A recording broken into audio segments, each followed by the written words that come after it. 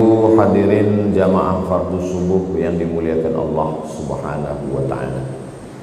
Man shalla subha fi jama'atin, siapa yang salat subuh berjamaah, faka'annama shallal laila kullah, dapat pahala seperti salat sepanjang malam. Mudah-mudahan kita termasuk yang mendapatkan pahala itu insyaallah. Man shalla subha fi jama'atin, siapa yang sholat subuh berjamaah, kana fi zimmatillah, maka dia dalam perlindungan Allah. Jadi kalau mau kita dapat lindungan Allah, anak kita dapat lindungan Allah, maka istiqomahkan sholat subuh berjamaah. Man shalla subha fi jama'atin, siapa yang sholat subuh berjamaah setelah itu tidak keluar masjid, summa qa'ada yadhkurullah, duduk berzikir, baca Quran, termasuklah majelis ilmu ini majelis zikir, karena yang kita bahas hanya ayat, hadis, fatwa ulama. Hatta tatlu asyamsu, sampai terbit matahari. Setelah terbit matahari, summa yusalli rak'ataini, salat sunat 2 rakaat. Namanya salat sunat isyraq, pakai qaf. Nama waktunya syuruq, nama salatnya isyraq. Usalli sunnatal isyraq raka'ataini lillahi ta'ala, kanat lahu ka ajri hajjatin wa umrah, dapat pahala seperti haji dan umrah. Hadisnya ada dalam Sunan Tirmidzi, status hadisnya hadis hasan, hadis yang paling tinggi sahih, di bawah sahih hadis hasan. Tidak ada ikhtilaf antar ulama tentang hadis hasan. Jadi nanti kita selesai ini, kita melaksanakan sholat sunat isyraq masing-masing, tidak berjamaah. Mudah-mudahan kita dapat pahala seperti haji dan umrah insyaallah. Amin ya rabbal alamin.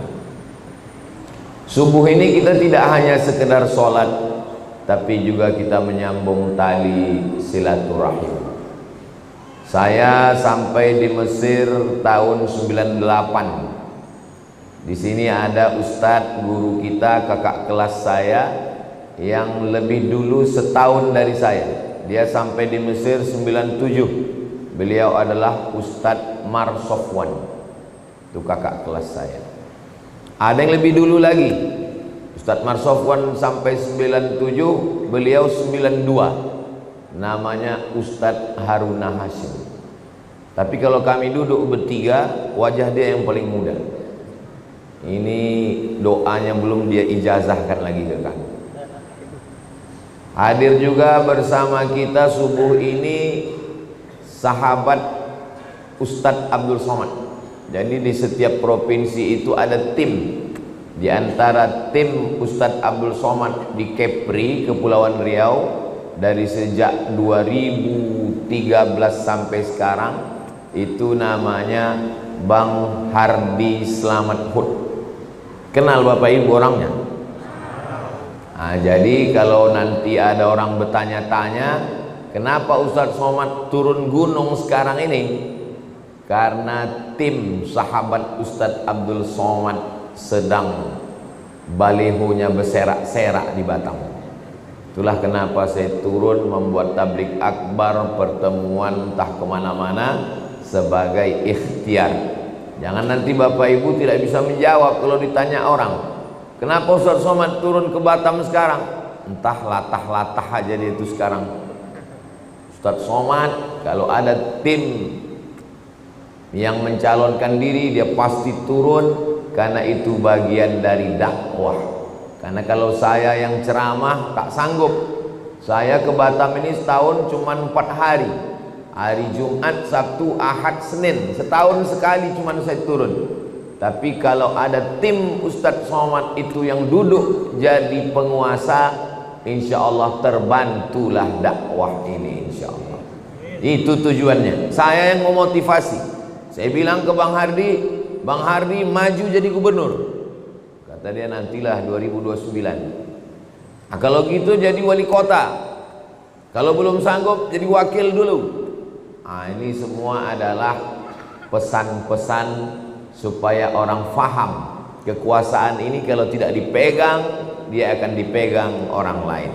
Jadi Bapak Ibu jamaah mengerti, faham, supaya kita tidak mudah termakan isu yang ada di internet. Jangan mau makan isu, jangan mau makan hoax, karena sampai hari ini kita masih makan nasi. Terserahlah mau makan lontong, mau makan mie, lendir, yang penting jangan makan isu, makan hoax. Yang mau kita bahas subuh ini adalah perjalanan kita berikutnya. Kalau haus, minum. Kalau lapar, makan. Kalau kepanasan, hidupkan kipas, hidupkan AC. Kalau kedinginan, pakai jaket. Selalu ada langkah antisipasi. Nah, yang mau kita hadapi ke depan ini apa? Yang akan kita hadapi nanti adalah yang pertama, sakaratul maut. Apa yang perlu kita siapkan untuk sakaratul maut ini? Banyak orang menghadapi pensiun udah siap. Saya Pak Ustadz untuk pensiun ini udah saya siapkan 100 pintu kos-kosan Pak Ustadz. Banyak betul Pak, baru pintunya aja Pak Ustadz. Yakin betul dia malaikat maut itu datang setelah pensiun. Tidak salah, tak ada salahnya orang yang menyiapkan ruko, menyiapkan kos-kosan. Bagus, tidak salah. Itu ikhtiar. Tapi tak banyak yang mempersiapkan untuk sakaratul maut. Siap-siap untuk pensiun, belum tentu jadi. Belum tentu. Bisa jadi sebelum pensiun sudah mati. Tapi mati ini tidak kita siapkan pun pasti mati. Yang paling pasti dalam hidup ini adalah mati. Apa yang kita siapkan untuk sakaratul maut itu? A'udzubillahi minasyaitonir rajim. Innal ladzina qalu rabbuna Allah tsumma istaqamu. Orang yang selalu menyebut Allah kemudian dia istiqamah, tatanazzalu alaihimul malaikah, turunlah malaikat waktu dia mau sakaratul maut, waktu ruhnya mau keluar dari jasad, turun dua malaikat. Malaikat yang pertama berbisik, alla takhafu, jangan kau takut. Karena rupanya orang mau mati itu takut. Takut sakaratul maut, takut azab kubur, takut mungkar nakir, takut titian siratal mustaqim, takut hisab, takut neraka, takut. Maka datang malaikat membisikkan, alla takhafu, jangan kau takut. Perasaan yang kedua orang yang sakaratul maut itu, wala tahzanu, jangan sedih. Rupanya orang yang mau mati itu perasaannya sedih. Sedih meninggalkan rumah, sedih meninggalkan anak, sedih meninggalkan bini, sedih meninggalkan BPKB, STNK, surat tanah, akte notaris. Sedih. Apa kata malaikat? Wala tahzanu, jangan kau sedih. Takutnya hilang, sedihnya melayang. Waktu itu hatinya kosong. Ketika itu malaikat membisikkan yang ketiga. Apa kata malaikat? Wa abshiru bil jannati allati kuntum tu'adun. Berbahagialah engkau mendapatkan surga yang dijanjikan Allah Subhanahu wa taala. Mudah-mudahan kita termasuk yang mati husnul khatimah insyaallah. Apa syaratnya? Apa syaratnya supaya kita dapat macam yang disebutkan dalam ayat ini? Syaratnya kata Allah, qalu rabbunallah tsumma istaqam. Istiqamah menyebut Allah. Bisa subhanallah, bisa alhamdulillah, bisa Allahu akbar, bisa la haula wala quwata illa billah, afdalu dzikri fa'lam annahu la ilaha illallah. Makanya orang kalau dia ikut tarekat Naqsabandiyah, zikirnya Allah Allah Allah Allah Allah Allah Allah Allah Allah Allah. Alladzina yadhkuruna Allah, orang yang menyebut Allah qiyaman, waktu tegak, wa qu'udan, waktu duduk, wa ala junubihim, waktu berbaring. Duduk, tegak, berbaring, selalu mengingat Allah. Itu makanya melihat wajah di cermin menyebut Allah. Allahumma kama hassanta khalqi fahassin khuluqi. Masuk masjid menyebut Allah. Allahumma aftahli abwaaba rahmatik. Keluar masjid menyebut Allah. Allahumma inni as'aluka min fadlik. Masuk ke WC menyebut Allah. Allahumma inni a'udzubika minal khubuthi wal khaba'is. Mau tidur menyebut Allah. Bismika Allahumma ahya. Yang dibaca, mau tertidur dia. Jadi kalau mau husnul khatimah, jangan berhenti menyebut Allah, Allah, Allah, subhanallah, walhamdulillah, la ilaha illallah, wallahu akbar. Macam mana sakitnya mati itu? Nabi Isra Mi'raj berjumpa dengan yang orang sudah mati beribu tahun. Sudah berapa lama kalian mati? Ribuan tahun. Macam mana rasanya mati itu? Macam kambing dikuliti hidup-hidup, macam mata kail pancing ditarik dari kulit yang basah, macam tebasan pedang beratus kali di tempat yang sama. Makanya kita selalu berdoa dalam doa selamat, Allahumma hawwin alaina fi sakaratil maut. Ringankan kami waktu sakaratul maut. Tulis di YouTube itu Sakratul Maut titik. Nampak nanti orang yang mati, pembawa acara TV mati, orang sedang pidato mati, yang paling banyak mati orang yang sedang angkat berat, rupanya tak tahan jantung itu mati, orang sedang jogging mati. Nah, jadi mati ini kapan saja bisa terjadi. Apakah orang yang mati semalam itu sehari sebelumnya sadar dia mau mati? Tidak. Tiba-tiba aja datang kematian itu.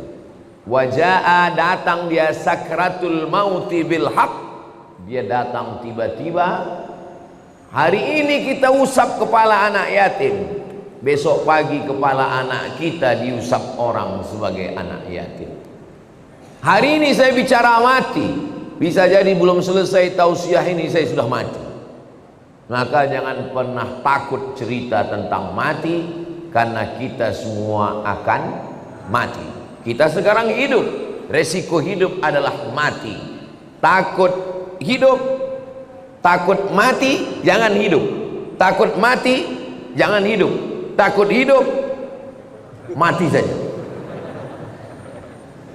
Karena ketika kita berani menghadapi hidup, berarti kita sudah berani menghadapi mati. Yang kita persiapkan itu adalah mati dengan husnul khatimah, insyaallah. Apa yang sering kita dengar, apa yang sering kita tengok, apa yang sering kita pikirkan, itulah yang akan datang waktu sakaratul maut.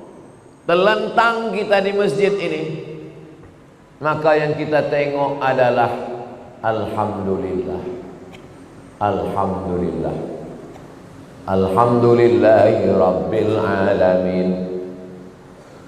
Itu maka kaligrafi ditulis di dinding. Supaya apa? Supaya mata menengok. Kalau bawa mobil dari Makkah ke Madinah, dari Makkah ke Jeddah, di pinggir jalan, subhanallah walhamdulillah, la ilaha illallah, wallahu akbar. Kenapa di pinggir jalan itu ditulis? Supaya kalau mati husnul khatimah. Beda tempat kita, di pinggir jalan yang tulis iklan es krim sama skincare. Makanya matinya bukan menyebut Allah, kredit. Apa yang sering kita dengar, apa yang sering kita tengok, apa yang sering kita pikirkan, itulah yang akan datang waktu sakaratul maut. Ada orang koma di masjid di Rumah Sakit Cipto Mangunkusumo Jakarta. Koma, belum titik lagi, masih koma, tidak sadar-sadar. Kata dokter, bawa orang ini ke rumah karena sudah tak ada harapan hidup. Ini tinggal menunggu aja lagi. Obat sudah tak ada sampai masanya mati ini nanti. Akhirnya anak istrinya pun dah menyiapkan mau bawa pulang ke rumah. Begitu mau dibawa pulang ke rumah, tiba-tiba duduk dia. Dokter pun terkejut, anak bininya pun terkejut. Kok sadar dia lagi? Akhirnya ditanyalah orang ini. Bapak kan koma? Iya. Di dalam koma itu apa yang bapak rasakan? Aku tak ingat apa-apa. Terus kenapa tiba-tiba sadar? Tiba-tiba datang Ustadz Somad. Apa kata dia? Ditanyanya saya, kapan kau buat tabligh akbar? Akhirnya saya pun terduduk. Pokoknya nanti kita buat tabligh akbar di kampung. Akhirnya dibuatnya lah acara di tepi Danau Maninjau. Nama acaranya Pulang Basamo. Akhirnya saya datangi bapak ini, dia dari Jakarta. Apa betul bapak koma di Rumah Sakit Cipto Mangunkusumo? Betul Pak Ustadz. Terus dalam koma itu apa yang bapak rasakan? Tiba-tiba Ustadz datang bertanya ke saya, kapan tabligh akbar? Itulah saya duduk sadar tuh Pak Ustadz. Lama saya menung. Jangan-jangan aku ini udah wali. Dua gendangnya, kalau tak wali murid, wali kelas. Saya ini orangnya rasional. Saya selalu penasaran, kenapa bisa saya datang ke dalam komanya itu. Lalu saya tanya dia, Bapak kalau pagi apa yang Bapak lakukan? Saya hidupkan handphone, saya dengar tonton YouTube Ustaz. Oh. Kalau Bapak sampai di tempat kerja apa yang Bapak lakukan? Kalau sedang kosong saya tonton lagi YouTube Ustaz. Kalau Bapak mau tidur malam apa yang Bapak lakukan? Sebelum saya tidur yang terakhir saya tonton adalah YouTube Ustaz. Baru saya paham. Apa yang selalu ditonton, itulah yang dibawa ke alam bawah sadar. Itulah yang datang waktu tidur dan waktu koma. Dan itu juga lah yang datang waktu husnul khatimah insyaallah. Rasional, masuk akal. Tanyalah sama pakar-pakar psikologi. Kenapa bisa itu yang terbawa-bawa? Makanya bapak-bapak pikirkan yang bagus-bagus aja. Jangan pikirkan yang waktu SMP SMA dulu. Mau dia mengigau terbawa ke malam. Tiba-tiba udah sambal belacan aja di muka. Maka saudaraku yang dimuliakan Allah Subhanahu wa taala, kalau yang kita pikirkan itu adalah akhirat, yang kita pikirkan itu adalah nama Allah, maka insya Allah kita semua mati dalam keadaan husnul khatimah. Nah, ruh kita keluar dari hembusan. Makanya orang yang mati itu biji matanya terbuka. Semua orang yang mati biji matanya terbuka. Apa yang ditengok waktu mata terbuka? Yang ditengok itu adalah ruh keluar dari mulut dan hidung. Dulu ruh itu masuk ke dalam jasad ini dihembuskan. Wa nafakhtu fihi min ruhi, aku hembuskan ruh. Rahaya ruhu, pergi berhembus. Ruh itu artinya pergi dan datang berhembus. Maka waktu datangnya berembus, perginya pun berembus. Ruh itu berjalan dari mulai ujung kaki sampai ke betis, naik ke lutut, naik ke paha, naik ke pinggang, terasa dingin, sejuk di kaki. Kalau ada bapak ibu yang udah merasa agak sejuk di kaki, tak lama lagi itu. Naik dia ke atas, naik dia ke atas, naik dia ke atas, keluar dia dari mulut, biji mata menengok ruh itu keluar, maka datang orang lain memejamkan mata kita. Bismillah wa ala millati Rasulillah, inna lillah wa inna ilaihi raji'un. Menggerakkan tangan ringan, menggerakkan lidah ringan.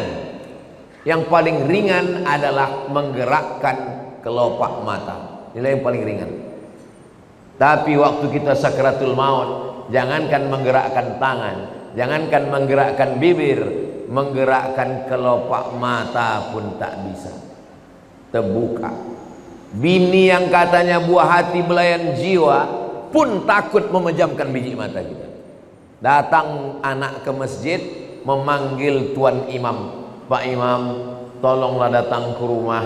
Ayah kami matanya tak tertutup-tutup dari tadi malam. Baiknya imam, padahal orang ini tak pernah datang ke masjid. Makanya masyarakat sini yang tak pernah datang ke masjidlah kalian. Untuk apa Ustaz sampaikan ini? Bukan orang ini datang, kirimkan video ini ke dia. Jangan sampai nanti akhirnya tuan imam yang datang ke rumah dia hanya untuk menutupkan kelopak matanya, dan akhirnya jenazahnya dibawa juga ke masjid. Seumur hidup ke masjid cuma 2 kali. Yang pertama akad nikah, yang kedua inna lillah. Mudah-mudahan kita istiqomah menghidupkan masjid ini insyaallah. Lalu kemudian setelah ditutupkan, kita pun ruh keluar dari jasad,